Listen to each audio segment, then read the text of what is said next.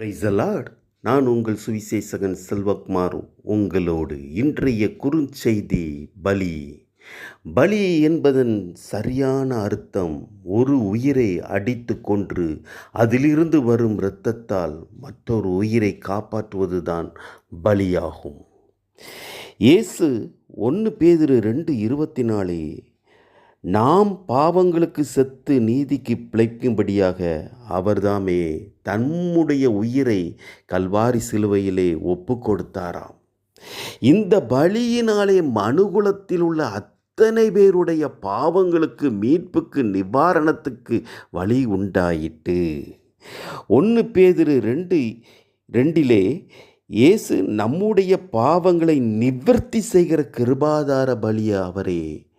நாம் பாவத்தில் செத்ததினாலே நம்முடைய கிருபையை இழந்து போனோம். நம்முடைய கிருபையை தகுதியில்லாத நம்மை தகுதிப்படுத்த அவர் நிவர்த்தி செய்கிற கிருபாதார பலியாக அவர் சிலுவையிலே செய்து முடித்து விட்டார். இப்பொழுது சிலுவையிலே அவர் உயர்த்தப்பட்டு விட்டார். அவரை நோக்கி பார்க்கிற அத்தனை பேருக்கும் பாவத்திலிருந்து மீட்புக்கு வழி இருக்கிறது, சாபத்திலிருந்து மீட்புக்கு வழி இருக்கிறது. மனுகுலமே ஒரே வழி பாவத்திலிருந்து மீட்பு பெற இயேசு கிறிஸ்துவின் இரத்தம் சகல பாவங்களை நீக்கி நம்மை சுத்திகரிக்குமாம். இயேசுவின் இரத்தம் மாத்திரமே வழி.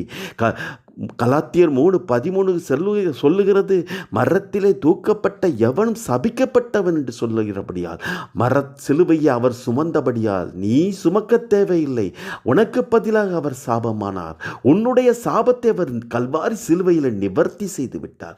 உன்னுடைய பாவத்தை நிவர்த்தி செய்து விட்டார். அவர் இன்று உயர்த்தப்பட்டு இருக்கிறார். அவரை நோக்கி நீ பார்ப்பாயானால் உன்னுடைய பாவம், உன்னுடைய தலைமுறை சாபங்கள் எல்லாம் நீங்கி போகும்.